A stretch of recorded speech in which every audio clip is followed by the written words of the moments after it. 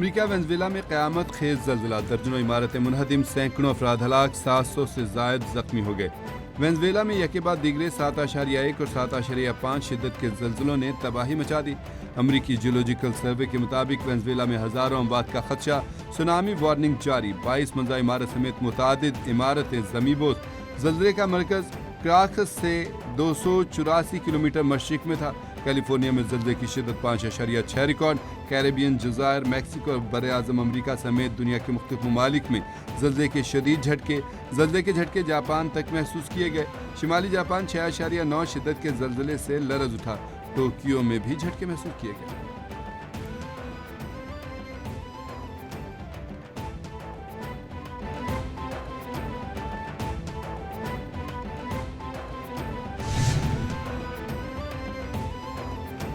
وزیراعظم پاکستان کا وینزویلا میں زلزلے سے تباہی اور نقصان پر اظہار افسوس۔ وینزویلا حکومت اور متاثرین کے اہل خانہ سے اظہار ہمدردی۔ وزیراعظم نے social media platform X پر ٹویٹ میں لکھا، وینزویلا میں زلزلے سے تباہی اور جانی نقصان پر گہرا دکھ ہوا۔ مشکل وقت میں متاثرہ افراد کے ساتھ یکجہتی کا اظہار کرتے ہیں۔ زخمیوں کی جلد صحتیابی کے لیے دعا کروں۔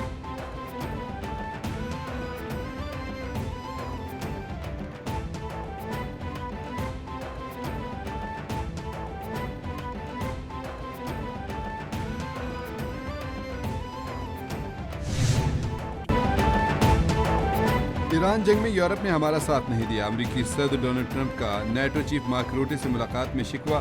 ٹرمپ نے کہا کہ نیٹو نے ایران جنگ میں ہمیں بہت مایوس کیا۔ جرمنی، فرانس اور اسپین نے بھی ہمیں مایوس کیا۔ واضح برتری سے ایران جنگ جیت رہے ہیں۔ مذاکرات میں ایران کے ساتھ معاملات بہت اچھی طرح چل رہے ہیں۔ ایران بڑی رعایتیں دے رہا ہے۔ ایران امریکی کسانوں سے خوراک خریدے، ادائیگی منجمد اثاثوں سے ہوگی۔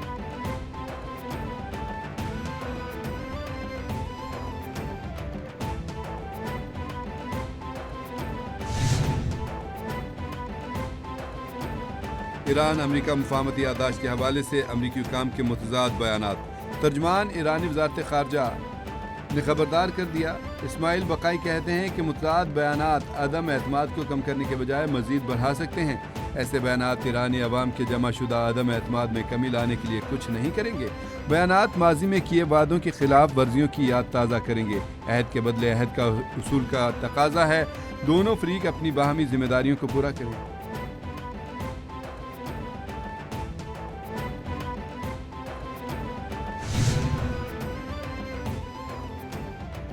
اگر ایران نے آبنہ ہرمز سے متعلق غلط معلومات فراہم کی تو جاری مذاکرات فوری ختم کر دیے جائیں گے۔ امریکی صدر ٹرمپ کی ایک بار پھر دھمکی۔ جاری پیغام میں کہا کہ ایران نے امریکہ کو آگاہ کیا ہے کہ ہرمز میں کوئی ٹول اور انشورنس وصول نہیں کی جا رہی۔ اگر یہ معلومات غلط ثابت ہوئیں تو ایران کے ساتھ مذاکرات ختم ہوں گے۔ ایران کے بعض منجمد فنڈز مکمل طور پر امریکی کنٹرول میں ہیں، انہیں امریکی کسانوں کو ادائیگی کے لیے استعمال کریں گے۔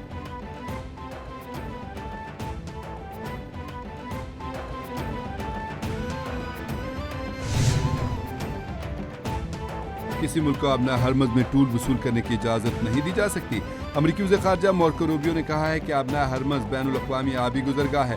بین الاقوامی قانون کے تحت کسی ملک کو اس پر ٹول یا فیس عائد کرنے کا حق حاصل نہیں۔ معاملے پر خطے میں کسی کو قائل کرنے کی ضرورت نہیں۔ جب تک ایران عراق سے میزائل اور ڈرون حملے جاری رکھے ہوئے ہے، تنازع کا خاتمہ ممکن نہیں۔ معاملہ مذاکرات میں زیر بحث آئے گا۔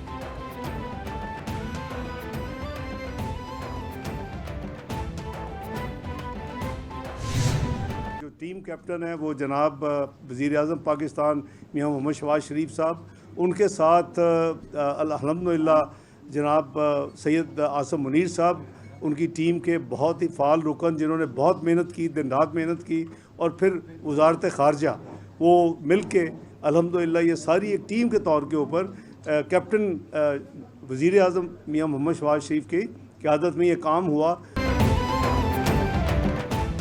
امریکہ اور ایران کے درمیان پاکستان نے ثالثی کا کردار ادا کیا۔ نائب وزیر اعظم اسحاق ڈار نے کہا، اللہ تعالیٰ نے پاکستان کو امریکہ ایران کے معاملے پر سرخرو کیا۔ وزیر اعظم اور فیلڈ مارشل نے امن کے لیے دن رات کوششیں کی۔ آج پاکستان کا نام پوری دنیا میں گونج رہا ہے۔ پاکستان ایٹمی قوت بن چکا، اب معاشی قوت بننا ہے۔ کہا جاتا ہے کہ ملک آئسولیٹ ہو گیا، جبکہ آج ہر کوئی پاکستان کا نام لے رہا ہے۔ آج دنیا پاکستان کو پیس میکر کے نام سے جانتی ہے۔